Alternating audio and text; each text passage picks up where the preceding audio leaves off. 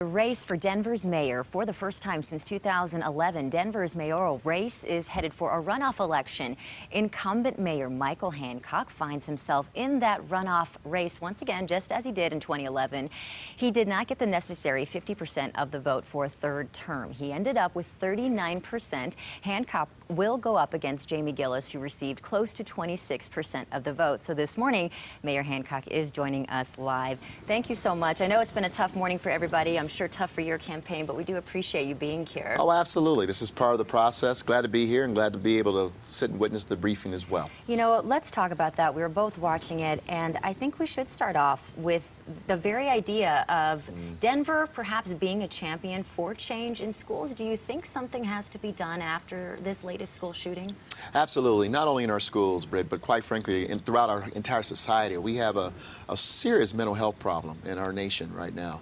And this epidemic of people walking in our schools and other public facilities and randomly victimizing people, destroying hopes and dreams. This young man, 18 years old, less than a month away from graduating from high school, tragedy. And this whole community has been changed. So, yeah, we got to look at security in our schools, continue to look at it, but also make sure we're committed to looking at mental health with our young people as well as gun violence. Can I get you to pinpoint any particular way you will change schools or mental health education here in Colorado? You know, what we're doing in Denver right now, we are undertaking a full scope review of what we can do in mental health. When you talk mental health, it's so large right now. Right. And so it's almost like an elephant. You got to eat an elephant one bite at a time. And what we're trying to do now is to make sure we have enough clinicians on the streets helping to intervene. We have enough beds to help people out. We're trying to make sure there are enough hotlines and people are aware of them. And we're trying to be in the schools as much as we possibly can. And so it's really just trying to make sure that we're bringing as many clinicians on as we possibly can to help people who are in trouble.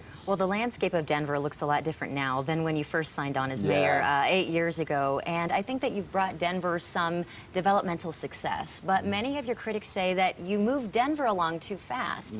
And they say, as a result, consequently, we have ballooning housing costs and gentrification. What do you say to that? Do you think you moved Denver too fast? And what are you doing in the future? You know, listen, I don't think any individual or administration moves a city too fast. This city became, right out of the recession, the most desirable city in the country. And you, as a mayor and as someone who lives here, I want my city to be desirable. I don't want to live in a city that nobody wants to be a part of. Now, we did grow at a rapid pace. We did grow exponentially. And now we have to really make sure we're putting in place those mechanisms to manage that growth and allow Denver to find some balance. And that's what we've done. And we've spent time working on our land use strategies. We've spent time talking about our future as a city, mobility, housing. All those things are now in place, and we're moving forward with those strategies today. So, you know, Denver is a desirable place. I'd rather be in a position of desirability and prosperity while we're addressing the challenges. Initiative 300 didn't pass, of course. That would have overturned Denver's camping ban. But if you live in Denver or you've spent time in Denver, you know homelessness is a problem. How do we deal with it moving forward? You know what? We got to stay focused and continue to be compassionate with our guardrails. And I think the people in Denver made it very clear last night that we must have some guardrails with regards to how we address homelessness. It's housing first. It's making sure we're addressing the issues of mental health, as we talked about, the other behavioral health challenges like addiction that we have rampant throughout our society, and certainly here in Denver. But we got to continue. We found the greatest effectiveness by housing people first. We got to stay focused on that and then wrapping them with the intensive services. That's what we're doing, and continue to try to build a relationship with those who are on the streets, who are service resistant, as best we can to get them indoors. All righty, Mayor Hancock, thank you so much for joining us this morning. Thank you, Brett. Thanks for having us. We appreciate your time. All righty, and coming up next, we'll have your opponent here in studio talking with Jamie Giellis. Joining me right now, Jamie Giellis this morning. Congratulations on doing so well. Thank you so much. I'm going to give you an opportunity first to talk about this school shooting and what it means to all of us. And also in terms of policy, what should you do in Denver? Do we need more SROs? Do we need more counseling? How can the city assist in making our schools safe? Yeah, well, first of all, clearly this was top of mind all day yesterday and into today, even going into the race. And my condolences to the family, to the children, to the administrators of the school. This is an issue we need to address head on. And I believe it is both a mental health issue and making sure we're looking at our gun laws, given what has happened over the last month as well with the scare and the shutdown of the school system here of the woman who came from Florida and bought a gun. Policy is going to take work with the school system, with DPS, with our regional municipal governments, and with the governor. I think mental health is a big piece of it. And just out talking to the community during this race, I've even heard from young students who have said, we feel like our students that we're with, that because there isn't access to guidance counselors, mental health counselors in our schools, that people are falling through the cracks. And so I think it's about how are we taking care of family?